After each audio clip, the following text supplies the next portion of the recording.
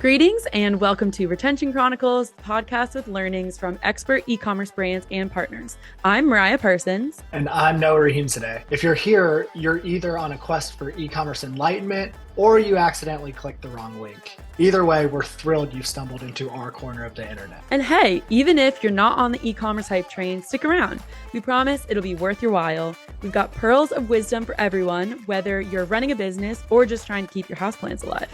Exactly. So before we unleash the brilliance of today's episode, let's give a shout out to our fantastic sponsor, Malomo. They're the wizards behind the curtain, making the post-purchase experience smoother than a jazz solo. Hit that subscribe button like it will increase LTV overnight, and check out our other episodes at gomalomo.com. That's GOMALOMO.com. Get ready for insights, chuckles, and possibly a profound realization or two. Here's our newest episode of Retention Chronicles.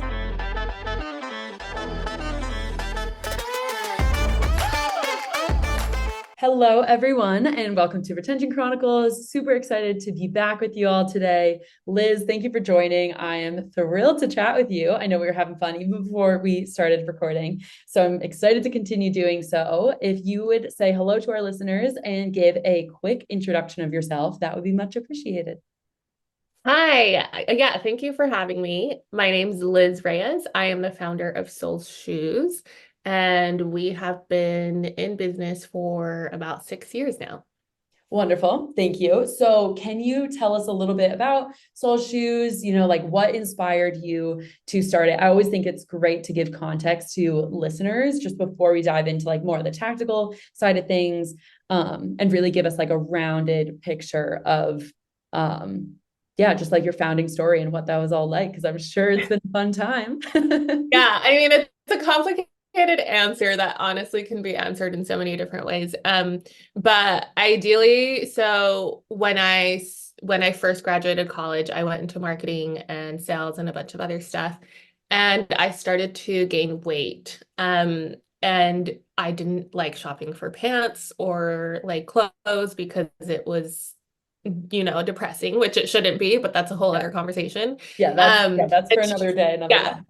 We won't dive into that. But shoes was my only thing that I really loved shopping for because I was obviously the same size. And that was kind of what sparked it. And then I met the people that made the shoes. So my parents brought me a pair. I'm from Mexico originally. My parents brought me a pair of what we call huaraches. And I was wearing them every single day. And so then, long story short, we met the people that make them. It's very much like a Coco situation where it's aunts, uncles. It's a family affair. It's generational. It really is a work of art. People handcraft these shoes. All of our shoes are handcrafted. They're all genuine leather. So long story short, it became something bigger. It was more of a way for us to, one, bring our culture stateside and share that with everyone else, but also provide living wages for all of these artisans so that they didn't have to rely on tourism, whether it was up or down, especially during COVID, or the weather even. So it became something bigger than initially. It was initially it was an innocent, oh my gosh, I just love shopping for shoes because nothing else fits. But it became something bigger after that. Yeah, I love that. They are beautiful. Of course, I was doing my due diligence and all up in your website yesterday. Our listeners will know that's not, surprising that I do that all the time. I love that. And so, they're beautiful shoes. And I love that it kind of came from this place of were you ever planning or had any interest in owning your own business, or truly was it just something you saw,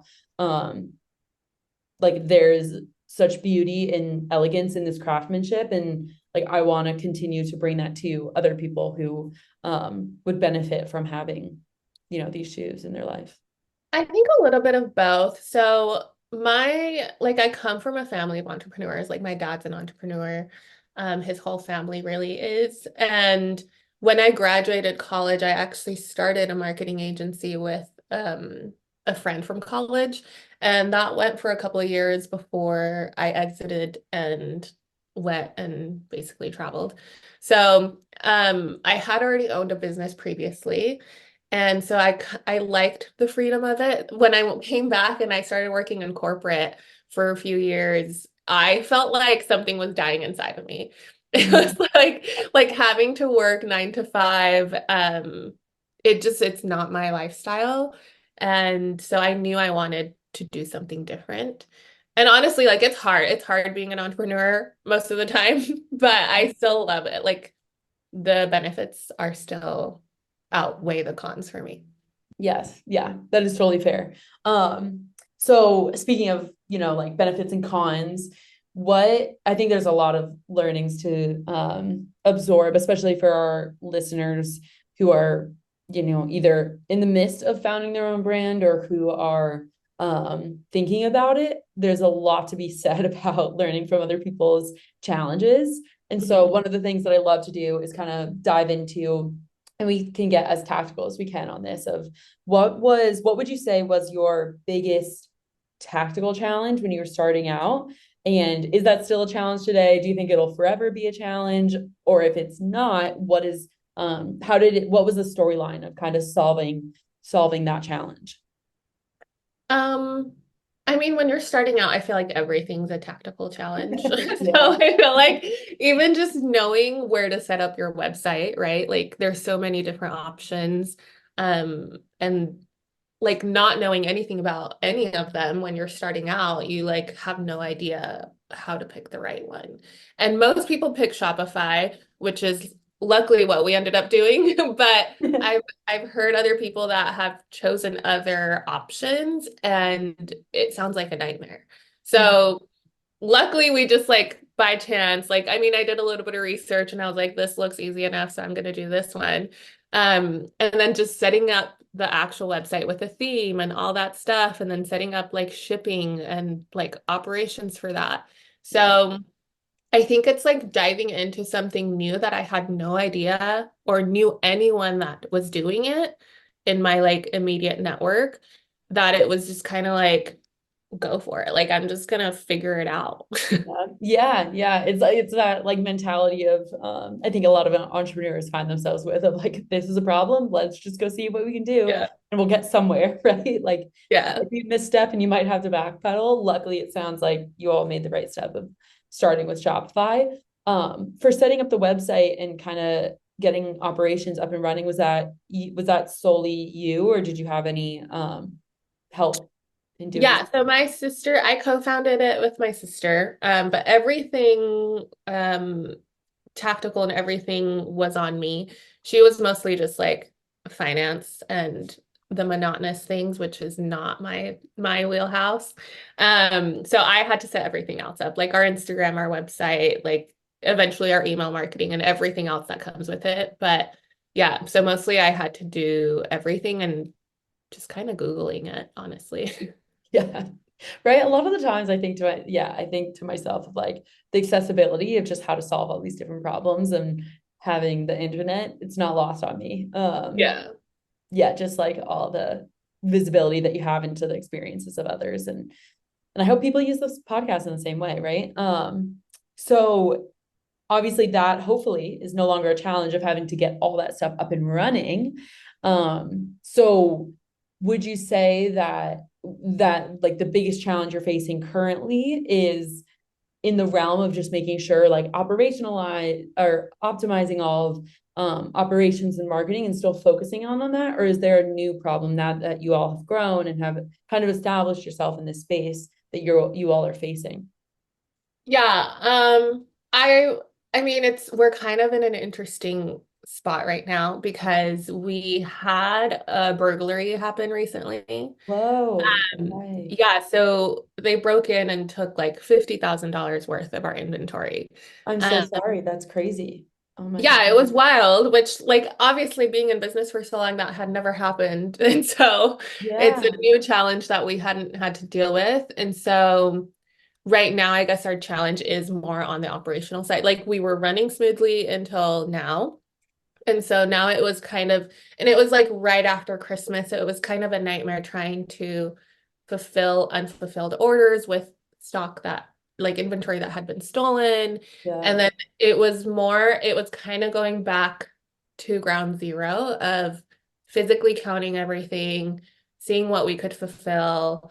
Like, what do we have on e-com inventory right now? Does it match? What are we missing? That kind of thing. And so it's been like 8 weeks now. And so now we're finally kind of getting caught up of like, okay, I think we caught up all of our orders. Anything we couldn't fulfill, we had to refund, obviously. And then now it's like, okay, now this is our inventory that's available. So now we can start selling again, essentially. So yeah, right now, I guess our biggest challenge is operations, but Totally it makes wasn't sense. Yeah. necessarily because they weren't working. It was more because we just had this random challenge happen to us.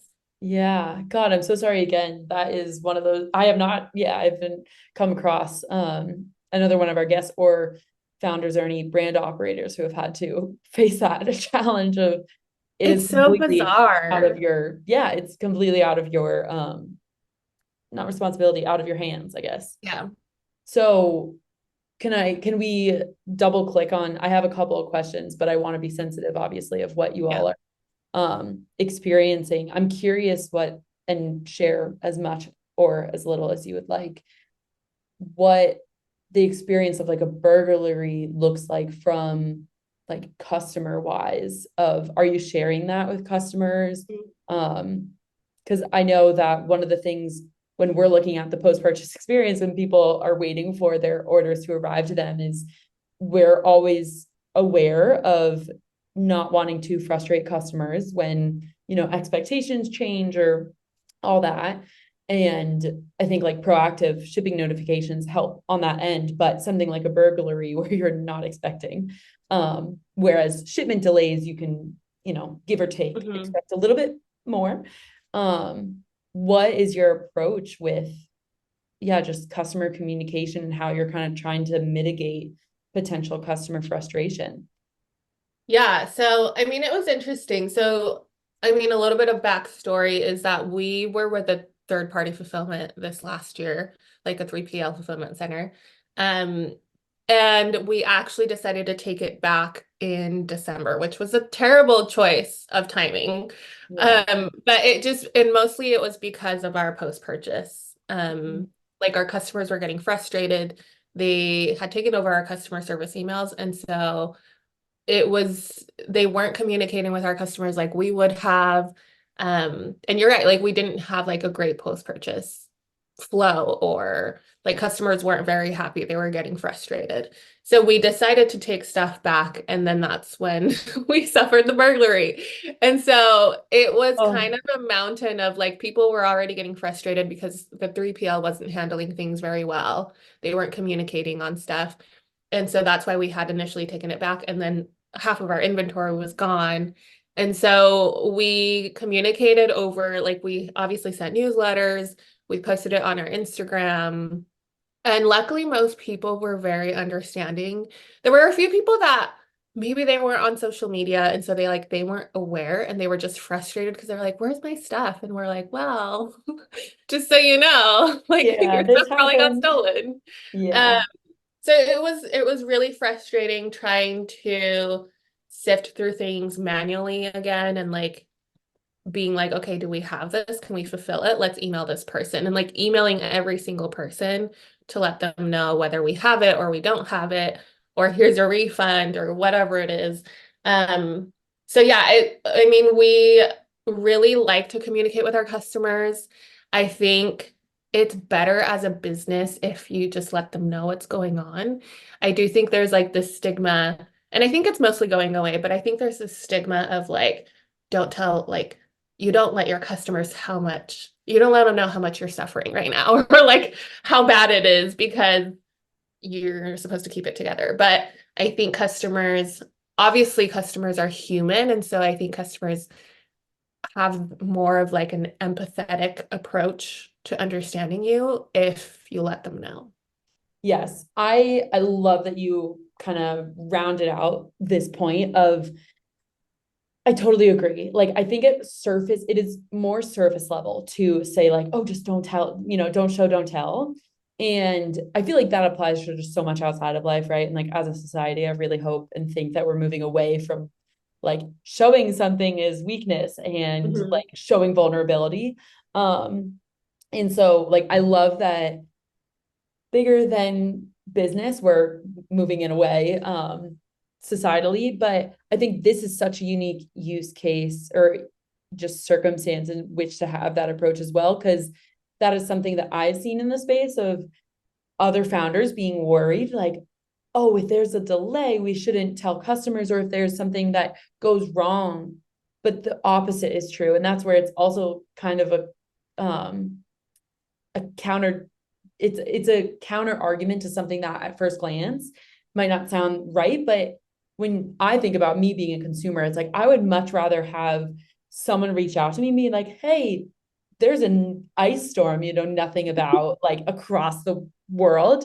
Here is your updated delivery. And it's just so, it's a small thing in the grand scheme of like running a business and keeping it afloat, but it means so much to the customer on a personal level of like, we understand that this was your expectation that you had and you purchased something under this expectation. We're sorry that we can't meet it. And here's what we're doing to help you get visibility into these new expectations that hopefully will help mitigate customer frustration. And I think I would hope any person would, under the circumstances of suffering a burglary, would understand of that is something bigger that you all obviously are having to navigate and be empathetic in that seat. And so I'm glad to hear that most were, and I'm sorry to hear that maybe there were some that, you know, you just can't communicate to all customers at once. Yeah. So, and that is just a crazy challenge to rub up against, on top of reorganizing your, you know, all our inventory and our warehouse. Yep. Yeah, it's like when the going gets bad, right? It only gets tougher, whatever the saying is. Yeah. So I would love to maybe shine a brighter light on some stuff around like learnings, and thank you for sharing about just a little bit about the burglary. I'm sure there's so much deeper. That could be another podcast episode, right? Yeah.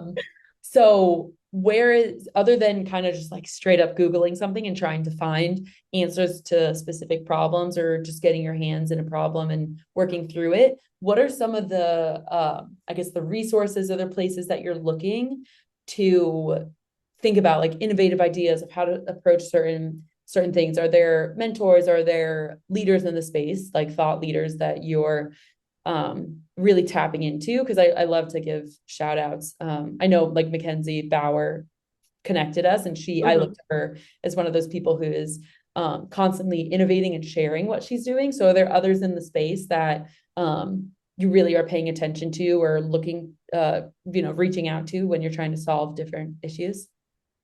Yeah. Mostly, yeah, like I think my network, and I think, to be honest, I feel like as a new founder, it was hard for me to even find that network or tap into it. And there's like a whole other set of conversations we can have behind that.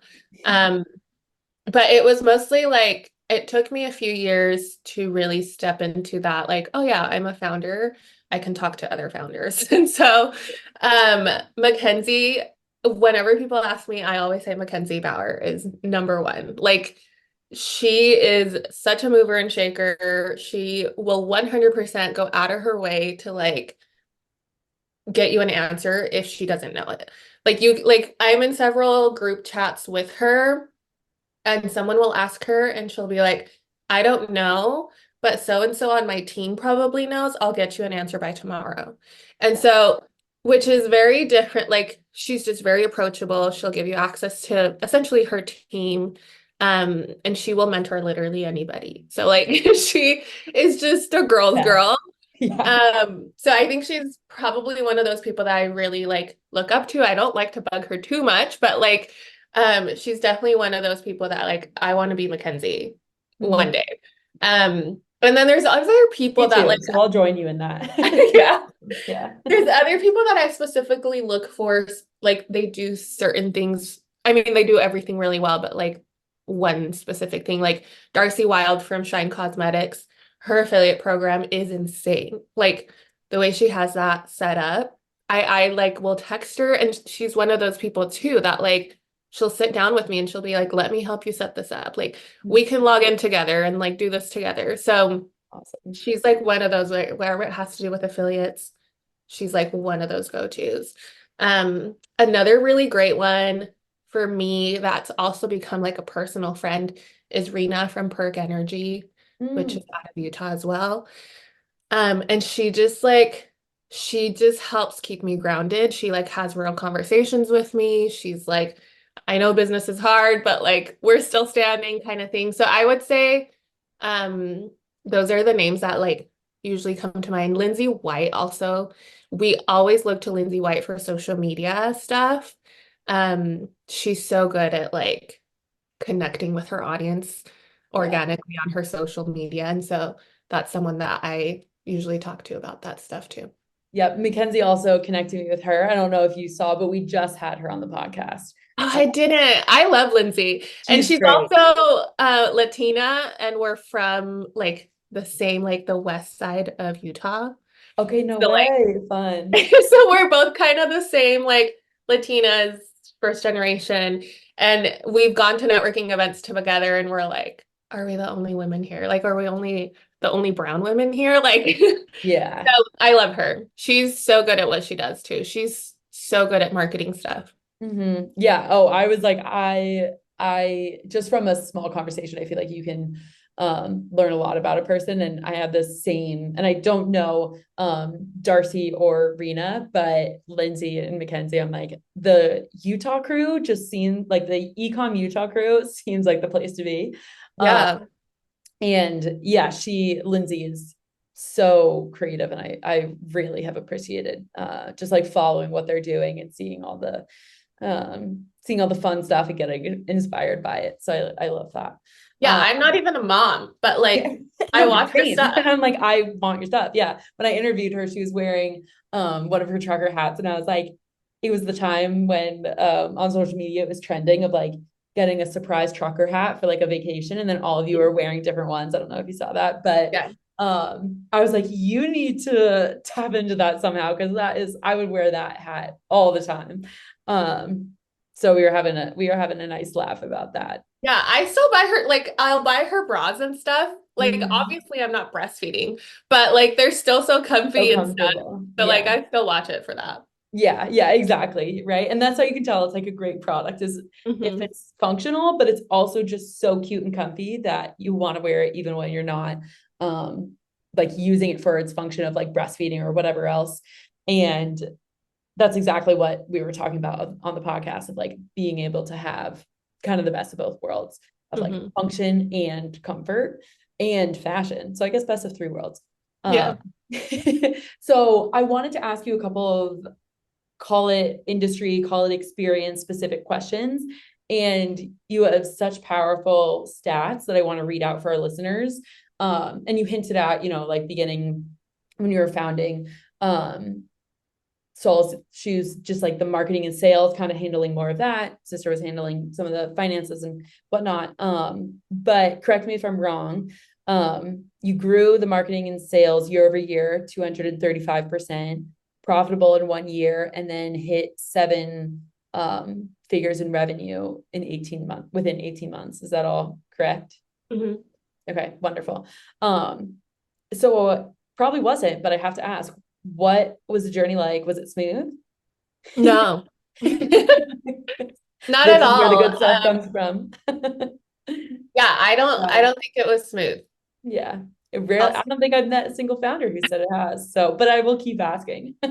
yeah. I think it was especially hard doing it like it felt like I mentioned before. I felt like I was doing it on my own where I didn't have a network or like knew other people doing it. And so it was hard to like know exactly what to do. And we wouldn't when we first started, it was like we just kind of posted these shoes on Instagram and saw if people liked them. And obviously, like at first, it's like friends and family. So Yeah. they're just supporting you. And then it just kind of starts to snowball from there. And like I mentioned, I've done marketing before. And so that was kind of my wheelhouse. And I'm a creative person. And so it was mostly having fun with it. Um, and I do like to, as I mentioned too, I like to kind of shoot from the hip. I'm not a big planner. And so to be honest, like it was bumpy, but it was also like we got lucky as well. getting there, but sustaining that growth was not luck. Like sustaining that growth is like takes planning. And so it's kind of taken me like I have to get into planning. I have to get into like analyzing data. I have to get into all this other stuff that doesn't naturally come to me. And so I have to like find people that can teach me that. But yeah, I mean, it's been a hard journey. I cry a lot. I think I cry still. I joke about having mental breakdowns like all the time. Like even within Like, my but team. I'm not joking. Yeah. Yeah. Founders cry too. I actually, it's funny because I posted a mental breakdown reel on my personal Instagram and out like it's just for fun. I'm not obviously an influencer, but like it went viral. Like it's still going viral. Yeah. Like I got like 5 million views and I'm like, okay, Oh but my this is God. actually my real life. I love it. You're like, this is funny, but also like, no, it's so true. Yeah, like I'm actually mentally breaking down at least once or twice a week. So, so yeah, it hasn't been easy, but I mean, You're doing it. You're doing the damn yeah. thing, right? And you're disclosing like the reality of the situation of it's really hard. And um, yeah, there's no shame or shouldn't be any shame around crying, just needing to emotionally process something and then just being like, okay, and now I'm ready to go and tackle this next piece that is on my to-do list. Uh, Yeah. and it's like an extra cake or an extra exciting part that it also goes viral just because like of course that one thing the one thing Yeah. that being seen Where by I'm like California. crying about it. Yeah, Yeah. I also had a like funny crazy just so silly and stupid video go viral and I was like this is what people okay good to know, right? Yeah. It definitely put some context into a lot of different things. Um, I know we're coming up on time because we're getting to around to chatting and all that fun stuff before we even hit recording or the record button. But I want to get your take on what is one thing that like a tactic or strategy that you think is like necessary for all people to focus on when they're founding a brand?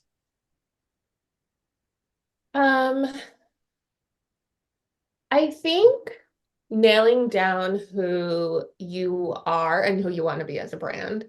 Mm-hmm. Um, I think especially in the beginning and even just in general, not even in the beginning, but like in general, I think it's very easy to start comparing yourself to other brands. And we naturally do that, even like as humans, right? And like we naturally always compare ourselves to people that are ahead of us, which could be good in the way that like it can motivate you to get there essentially.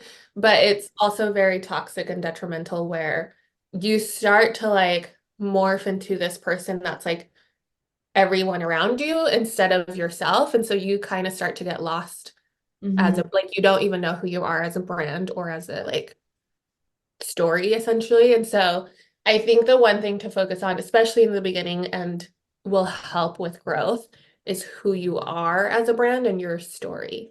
And Mm-hmm. that's what people will connect with. That's what people will buy. And I tell my team all the time, like people aren't buying our shoes because I mean, they obviously like our shoes, but people aren't buying our shoes because of the actual shoe. They're buying our shoes because of our story, like Mm-hmm. because of our brand behind it. Like same thing with like with Stanley, that's like a whole other case study, but like Yeah. there's nothing different about Stanley cups than any other cups. Like it's just marketing. It's just the The story. It's the name. It's branding. yeah, it's literally the branding. So yeah, I think just focusing on who you want to be as a brand and what your story is.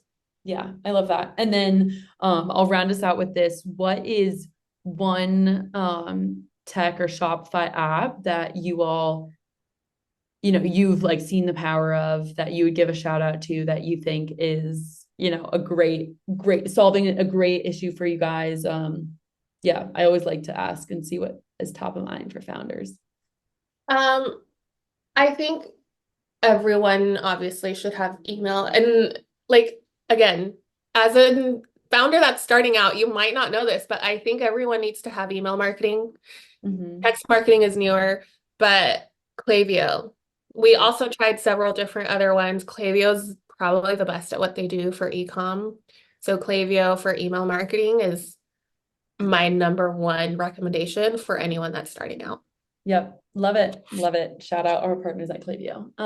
Okay. Well, Liz, this has been so great. I feel like we flew through it. I want to have like so many more minutes and hours with you, but this has been an absolute blast. I can't wait to get this out to our listeners. Yeah, it's been an incredible, incredible time. I'm so glad Mackenzie connected us. Me too. Thanks for having me. Oh, it's my pleasure. Of course. Anytime we want to talk about any of those other topics, you are more than welcome back on our podcast. Okay, cool.